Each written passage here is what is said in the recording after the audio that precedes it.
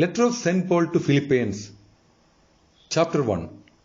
Paul and Timothy, servants of Jesus Christ, to all the saints in Christ Jesus who are at Philippi, with the bishops and deacons. Grace and peace to you from God our Father and from the Lord Jesus Christ. I give thanks to my God with every remembrance of you, always in all my prayers, making supplication for all of you with joy, because of your communion in the gospel of Christ from the first day even until now.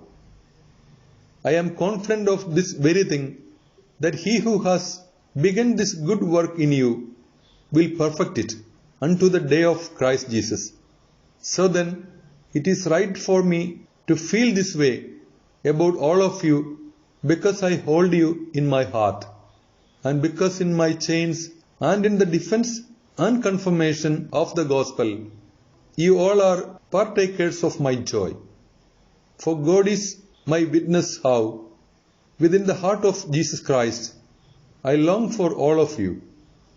And this I pray, that your charity may abound more and more with knowledge and with all understanding, and so that you may be confirmed in what is better, in order that you may be sincere and without offense on the day of Christ, filled with the fruit of justice through Jesus Christ, in the glory and praise of God.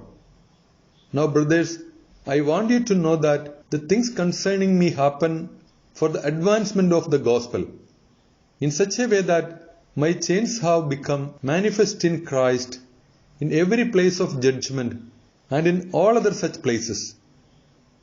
And many from among the brothers in the Lord, becoming confident through my chains, are now much bolder in speaking the word of God without fear.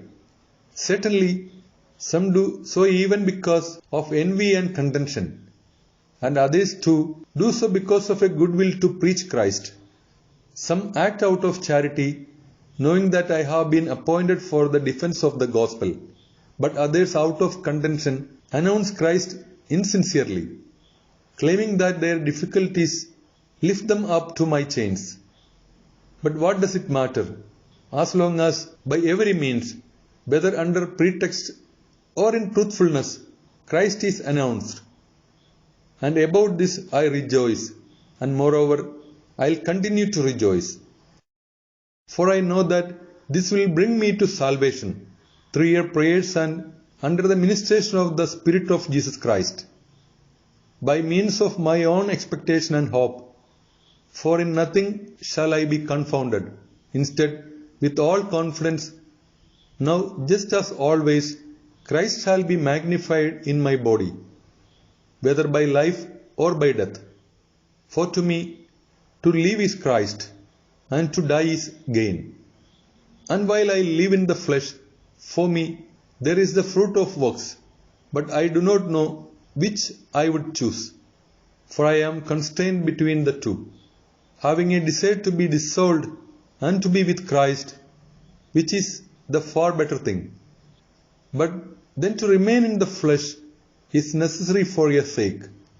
And having this confidence, I know that I shall remain, and that I shall continue to remain with all of you, for your advancement and for your joy in the faith, so that your rejoicing may abound in Christ Jesus for me, through my return to you again.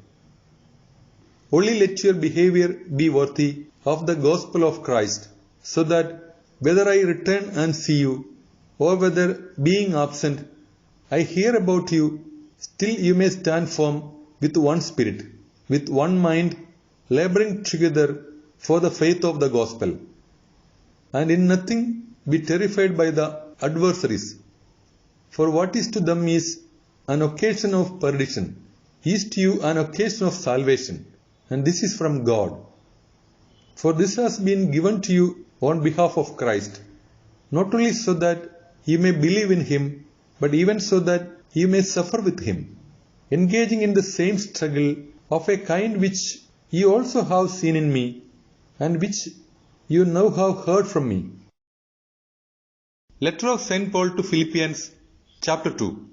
Therefore, if there is any consolation in Christ, any solace of charity, any fellowship of the Spirit, any feelings of commiseration, complete my joy by having the same understanding, holding to the same charity, being of one mind with the same sentiment. Let nothing be done by contention, nor in vain glory. Instead, in humility, let each of you esteem others to be better than himself. Let each of you not consider anything to be your own, but rather belong to others. For this understanding in you was also in Christ Jesus, who, though he was in the form of God, did not consider equality with God something to be seized. Instead, he emptied himself, taking the form of a servant, being made in the likeness of men, and accepting the state of a man. He humbled himself, becoming obedient even unto death, even the death of the cross. Because of this, God has also exalted him and has given him a name which is above every name, so that at the name of Jesus every knee would bend, of those in heaven, of those on earth, and of those in hell, and so that every tongue would confess that the Lord Jesus Christ is in the glory of God the Father. And so, my most beloved, just as ye have always obeyed, not only in my presence, but even more so now in my absence, work toward your salvation with fear and trembling, for it is God who works in you, both so as to choose and so as to act in accord with his good will, and do everything without murmuring or hesitation. So may you be without blame, simple sons of God, without reproof, in the midst of a depraved and perverse nation, among whom you shine like lights in the world, holding to the word of life, until my glory in the day of Christ. For I have not run in vain, nor I have labored in vain. Moreover, if I am to be immolated because of the sacrifice and service of your faith, I rejoice and give thanks with all of you. And over this same thing, ye also should rejoice and give thanks together with me. Now I hope in the Lord Jesus to send Timothy to you soon, in order that I may be encouraged when I know the things concerning you. For I have no one else with such an agreeable mind, who with sincere affection is solicitous for you. For they all seek the things that are of themselves, not the things that are of Jesus Christ. So know this evidence of him, that like a son with a father, so has he served with me in the gospel. Therefore I hope to send him to you immediately, as soon as I see what will happen concerning me. But I trust in the Lord that I myself will also return to you soon.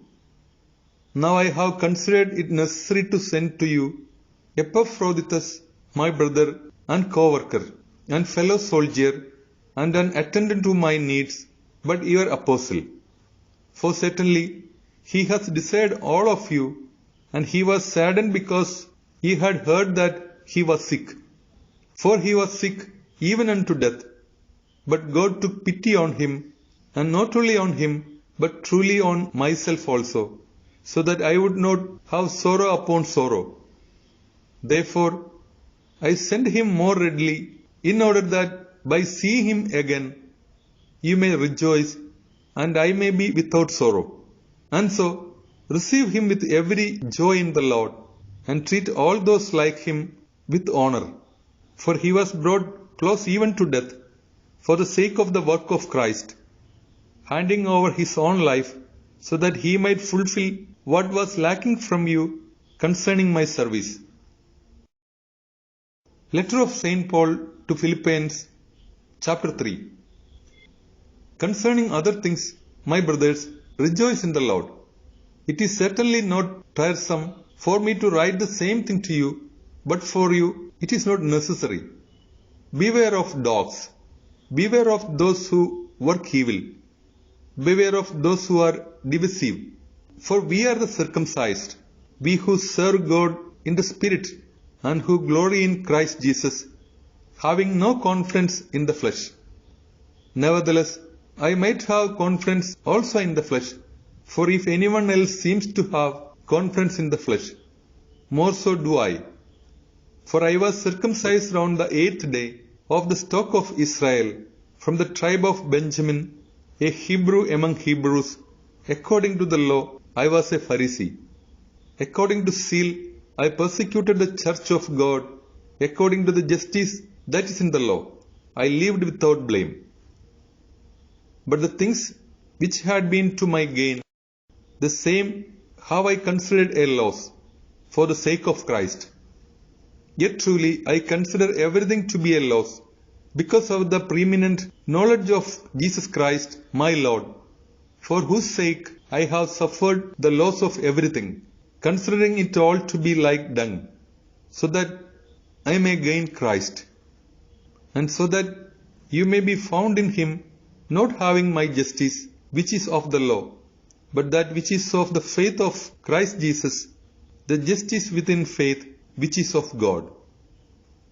So shall I know him, and the power of his resurrection, and the fellowship of his passion, having been fashioned according to his death, if by some means I might attain to the resurrection which is from the dead.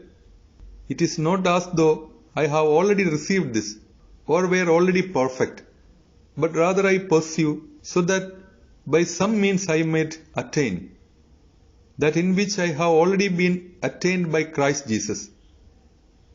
Brothers, I do not consider that I have already attained this. Instead, I do one thing, forgetting those things that are behind, and extending myself toward those things that are ahead. I pursue the destination, the prize of the heavenly calling of God in Christ Jesus.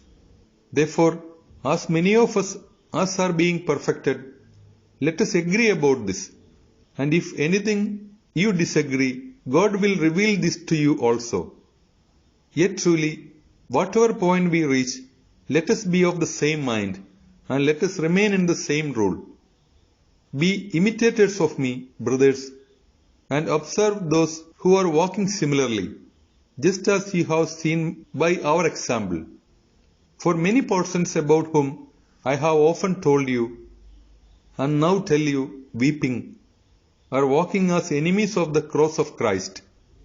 Their end is destruction, their God is their belly, and their glory is in their shame. For they are immersed in earthly things, but our way of life is in heaven. And from heaven too we await the Saviour, our Lord Jesus Christ, who will transform the body of our lowliness according to the form of the body of his glory, by means of that power by which he is even able to subject all things to himself. Letter of St. Paul to Philippians, chapter 4. And so, my most beloved and most desired brothers, my joy and my crown, stand firm in this way in the Lord, most beloved. I ask Euodia and I beg Syntyche to have the same understanding in the Lord. And I also ask you, as my genuine companion, to assist those women who have labored with me in the gospel, with Clement and the rest of my assistants, whose names are in the book of life. Rejoice in the Lord always. Again I say rejoice. Let your modesty be known to all men. The Lord is near. Be anxious about nothing, but in all things with prayer and supplication, with acts of thanksgiving, let your petitions be made known to God. And so shall be the peace of God, which exceeds all understanding, guard your hearts and minds in Christ Jesus. Concerning the rest, brothers, whatever is true, whatever is chaste, whatever is just, whatever is holy, whatever is worthy to be loved, whatever is of good repute, if there is any virtue, if there is any praiseworthy discipline, meditate on these. All the things that ye have learned and accepted and heard and seen in me, do this. And so shall the God of peace be with you. Now I rejoice in the Lord exceedingly, because finally, after some time, your feelings for me have flourished again, just as you formerly felt, for he had been preoccupied. I am not saying this as if out of need, for I have learned that in whatever state I am, it is sufficient. I know how to be humbled, and I know how to be abound. I am prepared for anything, anywhere, either to be full or to be hungry, either to have abundance or to endure scarcity. Everything is possible in him who has strengthened me. Yet truly, ye have done well by sharing in my tribulation. But you also know, O Philippians, that at the beginning of the gospel, when I set out from Macedonia, not a single church shared with me in the plan of giving and receiving, except you alone. For he even sent to Thessalonica once and then a second time for what was useful to me. It is not that I am seeking a gift. Instead, I seek the fruit that abounds to your benefit. But I have everything in abundance. I have been filled up, having received from Epaphroditus the things that you sent. This is an odor of sweetness, an acceptable sacrifice pleasing to God. And may my God fulfill all your desires according to his riches in glory in Christ Jesus. And to God our Father be glory forever and ever. Amen. Greet every saints in Christ Jesus. The brothers who are with me greet you. All the saints greet you, but especially those who are of Caesar's household. May the grace of our Lord Jesus Christ be with your spirit. Amen.